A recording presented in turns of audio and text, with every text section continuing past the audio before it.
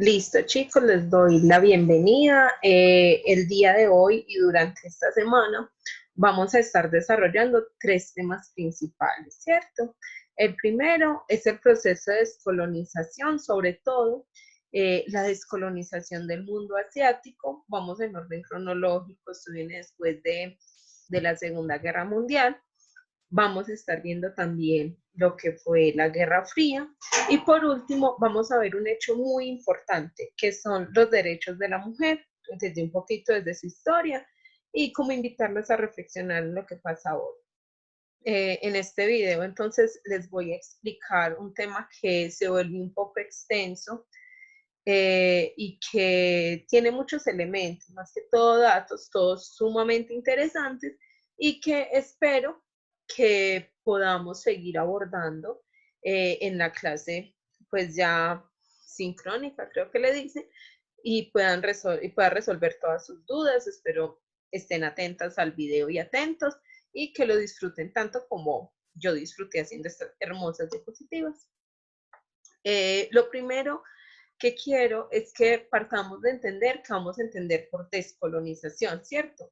Recordemos que Europa tenía varias colonias en el resto del mundo, que África fue una de las reparticiones más injustas que hubo, y vamos a entender por descolonización es esa eliminación o suspensión, supresión de esa condición colonial de un territorio, ¿cierto? Algunos en lucha de su autonomía, otros luchando por alcanzar su independencia. Esta definición, que es muy corta, pero siento que es concisa para lo que necesitamos, la tomé de la RAE. Listo. Vamos a continuar. Hay unos factores que influyen en este proceso y son factores derivados de procesos también externos. Entonces lo vamos a ver desde dos vertientes, unos a nivel interno y otros a nivel externo. Entonces a nivel interno debemos tener en cuenta los movimientos de sentimiento nacionalista que buscan rescatar esa identidad nacional de los pueblos, lo que es pertenecer a un pueblo, y algunos lo hacen recordando su pasado antes de ser colonia. Otros, por el contrario, parten de un nacionalismo que va a mirar al futuro. ¿Qué pueden hacer ellos a partir de esa identidad, de rescatar lo que son? Surgen nuevas ideologías a nivel interno de las naciones, algunas tomadas para organizarse políticamente desde parlamento y democracia, y otras muy influidas y mezcladas de ese socialismo con el nacionalismo. También vamos a ver unos factores sociológicos y vemos que en Europa y en Asia se da un aumento paulatino de la población. Esto lleva a que la población urbana también crezca y empiecen a llegar estos discursos muy traídos de Europa.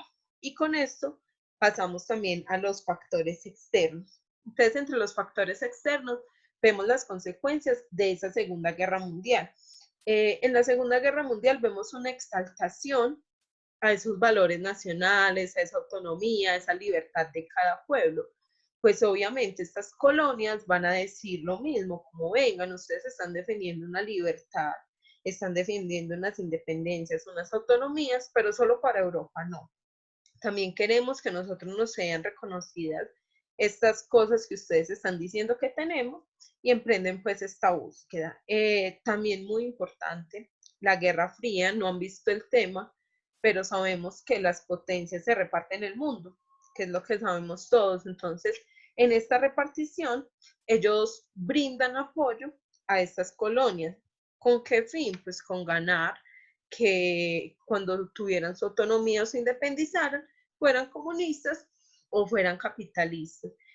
La ONU, que vimos que se formó con los aliados y obviamente recibe toda la aprobación de Estados Unidos, es de los principales apoyos frente a sus procesos de independencia y autonomía. Incluso cuando finaliza la guerra, ellos dicen, no, estamos de acuerdo que todos ya deben tener su autonomía, lo vamos a hacer paulatinamente, cada país que tiene colonias en África o en Asia debe irlo soltando.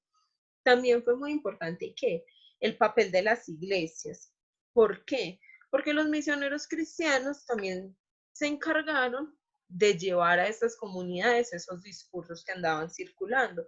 discursos impuestos a través de qué, por ejemplo, la Declaración Universal de Derechos Humanos, que vemos que en uno de los artículos aboga directamente por la autonomía de los países.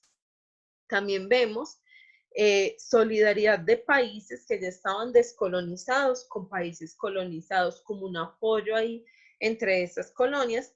Y muy importante es que ellos conforman lo que se llamó la conferencia de Bandung. En esta conferencia, los países de África y Asia, que eran colonias, deciden unirse para reclamar su derecho a independizarse y su derecho a la autonomía de Europa. Recuerden que Europa, tras la Segunda Guerra Mundial, pierde esa calidad de potencia mundial y obviamente esa fue la oportunidad perfecta para que sus colonias dijeran: Europa no es lo suficientemente fuerte como para retenernos. Listo, continúo. Vamos a dividir esta explicación entre Asia y África. Si veo necesario, bueno, lo voy a subir en un solo video. Ustedes, si ven necesario, pueden hacer la pausa.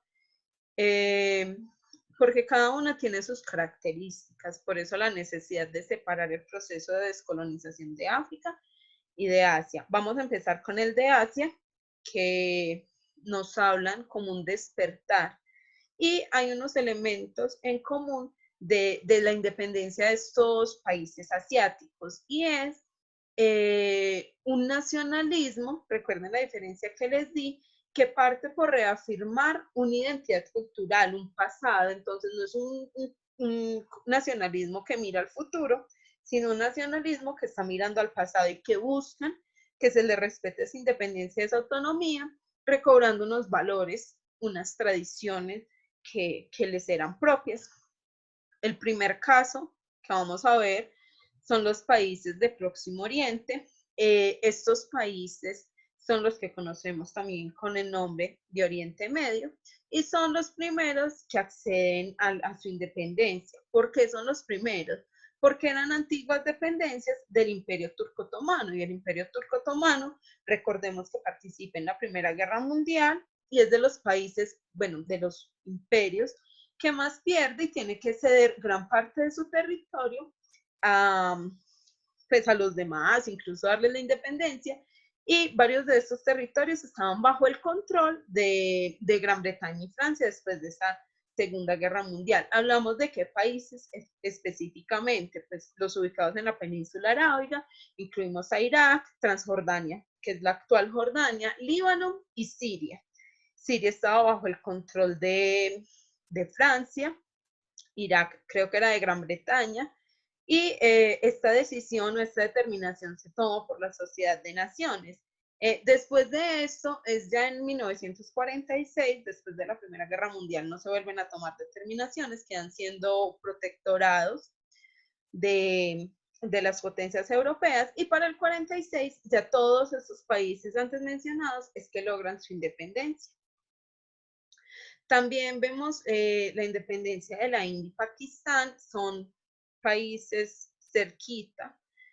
Recordemos que la India es llamado como un subcontinente porque es muy grande y era la principal colonia de Gran Bretaña. ¿Qué es importante de este proceso? Miren, se da desde dos movimientos diferentes que nunca lograron reconciliarse. Entonces la India estaba integrado por lo que es Pakistán también, eran un solo estado. Y surge un movimiento que es el Partido del Congreso, que surge desde 1885 y que parte desde la religión hindú. Ahí están sus principios. Y surge la Liga Musulmana, que obviamente parte desde la religión musulmana, en el año 1906. El partido, del Congreso Nacional Indio, pide reformas a Inglaterra que permitan también a los nativos hindúes acceder al gobierno. Esto en el siglo XIX. Ya para el siglo XX empiezan a solicitar la autonomía e independencia de su territorio. Entre estas luchas se destaca pues Mahatma Gandhi, que todos conocemos, que es una resistencia pasiva y de no violencia. Ya por el contrario, la Liga Musulmana también trata de aliarse con el Partido del Congreso buscando esta autonomía pues de la región, pero no lo logra. Y este señor Ali Jinnah, no sé si se pronuncia así, pide la división de la India en dos estados, uno para cada religión, o sea, un estado para los hindú y un estado para los musulmanes. Es así que se emprende el camino hacia la independencia ya en 1930-1940. Empieza la agitación, empiezan las revueltas y obviamente los ingleses no lo van a dejar tan fácil, entonces empiezan ese proceso de represión contra el pueblo. Entre 1945 y 1947 se pacta la independencia de la India y es este señor Lord Mountbatten quien divide el territorio. Esa división agravó los problemas. ¿Por qué? Porque lo divide sin tener en cuenta las culturas y todo eso específico del lugar. Y Pakistán se ve fragmentado en Pakistán Oriental y Pakistán Occidental. Y el Oriental apenas alcanza esa independencia en 1971, que es lo que conocemos hoy como Bangladesh, pero vemos que desde un principio hay un estado, esa India se divide en Pakistán al norte y la India queda al sur, y ese mismo Pakistán pequeñito tenía sus problemas a nivel interno también, porque no podemos meter en el mismo paquete que todos los de Pakistán eran musulmanes, entonces por eso se da como esa independencia ya de Bangladesh. Hoy sigue siendo un territorio un poco congestionado, pues, frente a la violencia, y en ambos países hay armas nucleares y cada año, pues, se ve el aumento de esta zona, como de el hecho de que puede haber una nueva guerra. Aquí vemos cómo se dividió este territorio. Ahora, otro territorio muy importante de Asia es Indochina. Indochina fue ocupada por Francia. Luego de la Segunda Guerra Mundial empezó a ser ocupada por Japón. Empieza un movimiento por la independencia liderado por Ho Chi Minh. El movimiento era el Viet Minh. Si nos ubicamos, esta Indochina nos va a hablar de Vietnam, que luchaba por formar esa República Democrática de Vietnam. Obviamente estos movimientos, como hemos visto, no van a dejar las colonias que se vaya tan fácil, las colonias, perdón, no, estos países potencia, que se les desprenda una de sus colonias, porque eso significa perder dinero. Entonces Francia inicia una guerra para reprimir este movimiento independentista. La guerra la gana Vietnam en 1954. En el 55 Vietnam es dividido en dos por el paralelo 17. ¿Qué ocurre con esa división? Que esa división empieza a ser opuesta, otra vez Estados Unidos entra en el juego, entonces vemos la influencia de la Guerra Fría. El sur empieza a estar apoyado por Estados Unidos y el norte empieza a estar apoyado por los comunistas. El norte logra unificar el territorio para el año 1975. Recordemos que la guerra de Vietnam fue como el hecho más vergonzoso para la historia de Estados Unidos, porque es la única guerra que han perdido en su historia. Entonces, muy importante. ¿Y cómo la ganaron? Con técnicas muy tradicionales, podríamos decir, con bambú, con trampas, no con armas especializadas. Entonces, por eso como la vergüenza de Estados Unidos, que la veía muy fácil en Vietnam. Y también por la influencia de este proceso, se da la independencia de Laos y Camboya, pero estas se dan de forma más pacífica. Tenemos también la independencia de Indonesia. Se declara la independencia, derrotan los japoneses y se declaran independientes de Holanda, pero esta independencia no se les es reconocida. Entonces empieza un proceso de diálogo por su independencia, pero a la vez de guerra. Entonces por eso se habla de un modelo mixto de independencia entre guerra y diplomacia. En el 1955 se celebra allí la conferencia contra el colonialismo, hablamos de Bandung, que es aquí donde la celebra este señor Surcano, muy importante en la historia de este país. Una invitación a que escuchen esta canción de Víctor Jara, se llama El Derecho a Vivir en Paz. Es muy bonita porque es una invitación que hace desde Latinoamérica, presenciando todo lo que estaba pasando en Oriente y esa influencia de la Guerra Fría, que allá sí habían guerras calientes en Oriente, en África, en Latinoamérica. Este cantautor latinoamericano, chileno, hace la invitación para que tenemos derecho a vivir en paz. Entonces menciona a Indochina, menciona varios de estos territorios. Entonces espero lo disfruten. Y con esto terminamos lo que fue la independencia de Asia. Ahora vamos a continuar con la independencia del territorio africano. Hay que entenderla como un proceso diferente y fue diferente en la medida de que África no podemos encasillarla en una sola cultura, en una sola cosa, sino que África es múltiple, es diversa, es pluriétnica. Entonces hay que entenderla desde dos vertientes principales. Se dio de forma diferente en los países tradicionalmente musulmanes y se da de forma diferente en el África que conocemos como el África negra, que es sobre todo esa África subsahariana, o sea, la que está debajo del desierto del Sahara. Vamos a empezar entonces con la independencia de los países del África del Norte. Este va a ser un nacionalismo que no va como tan aliado al pasado, sino a lo religioso. Entonces va por un nacionalismo de corte musulmán, donde se busca el hermanamiento, la unión de todos los musulmanes. A este movimiento se le conoce como panarabismo, que es esa lucha, para que lo tengan presente, es un concepto importante que rescata eso cultural religioso del ser musulmán. Y para mostrar esa unión entre estos países árabes, en 1945, piensen, Guerra Mundial, la segunda, se crea la Liga Árabe.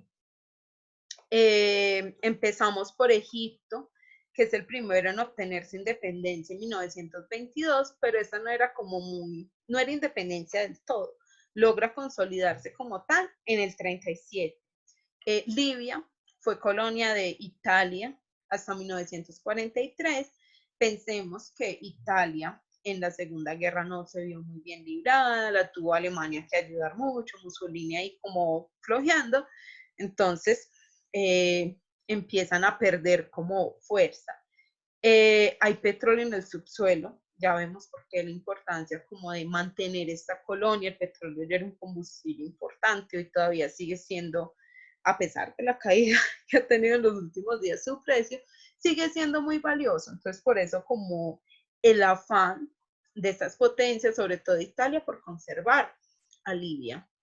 Y se da la independencia real ya en 1951. En Túnez, que era colonia francesa, se dan disturbios y enfrentamientos contra esta potencia y logran su independencia el 20 de marzo de 1956.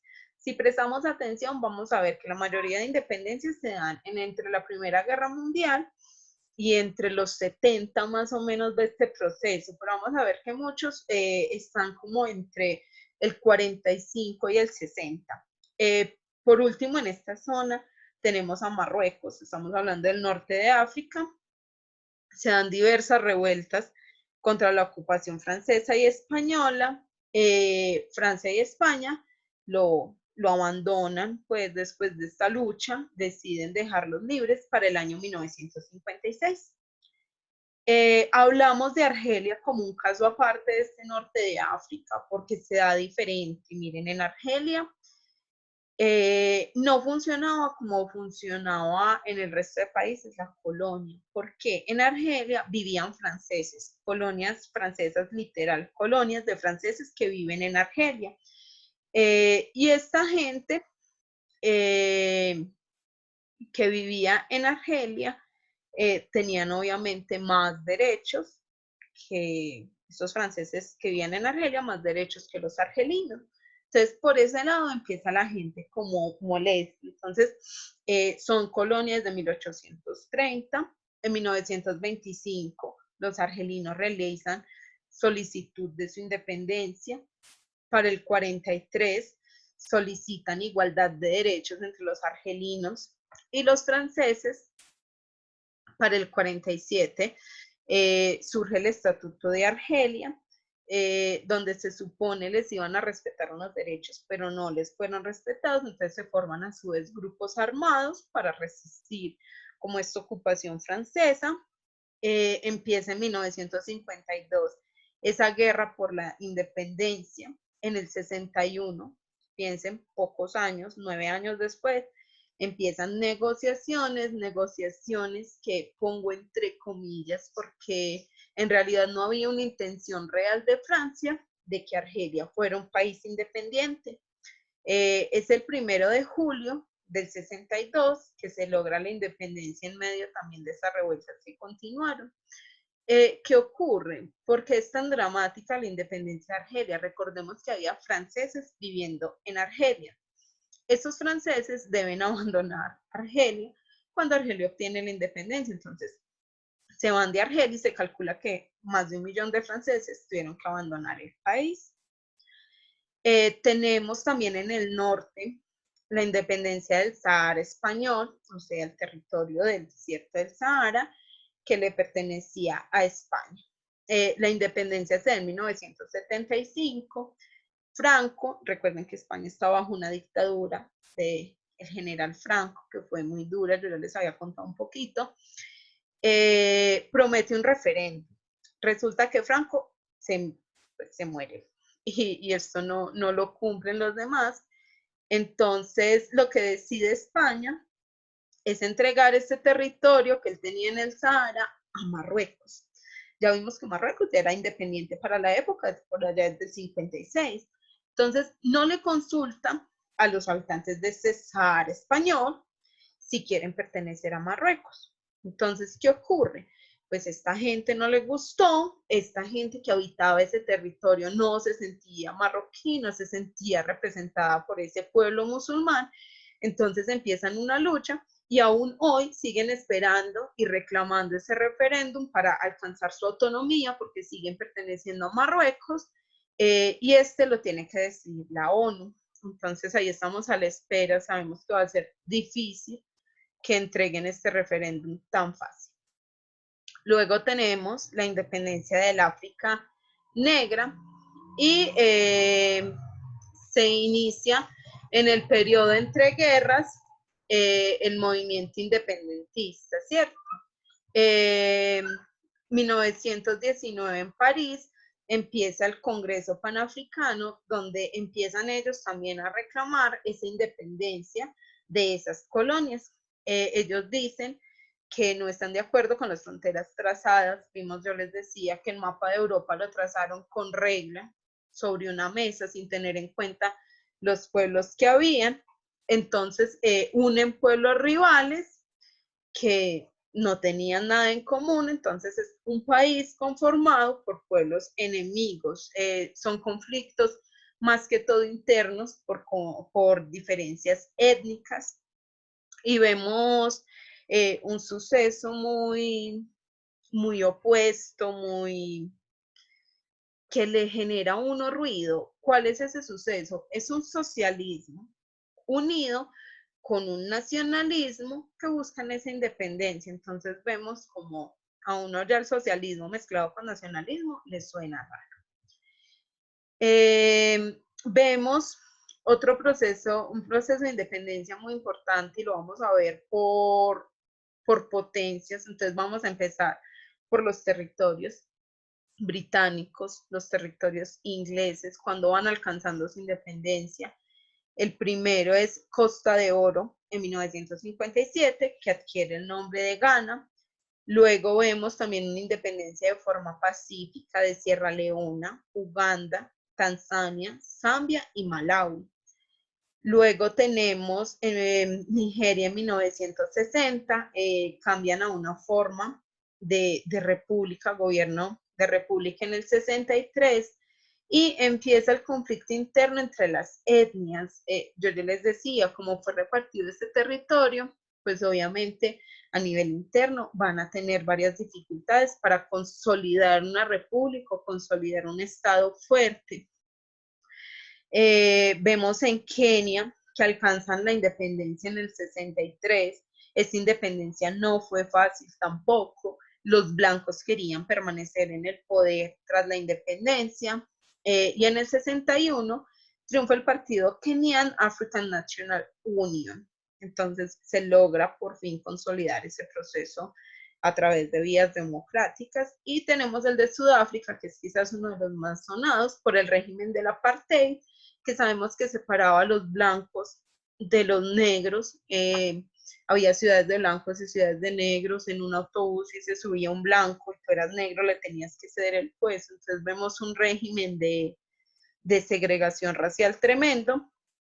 El apartheid, después de mucha lucha, tenemos la lucha de Nelson Mandela, que estuvo en la cárcel 37 años por denunciar lo que ocurría en el apartheid, y el fin se logra apenas en 1990. Piensen que es algo muy reciente, y el primer presidente negro de Sudáfrica, después de ser colonia, y el primer presidente elegido por vías democráticas en esa Sudáfrica libre, es Nelson Mandela, después de que salió de la cárcel, obviamente. Vamos a ver la independencia de los territorios franceses. Esto se produce de forma más pacífica, primero Guinea-Conakry, ya luego en 1960 Togo, Malí y Madagascar, y el último en independizarse, vemos que por medios pacíficos, fue Djibouti en 1977. Si quieren pueden ubicarlos en un mapa, igual en el módulo les dejé mapas como para que ubiquen esos territorios que no estamos muy familiarizados con lo que es África y Asia geográficamente hablando. Entonces para que los vayan conociendo, busquen paisajes, hay cosas hermosas en estos países.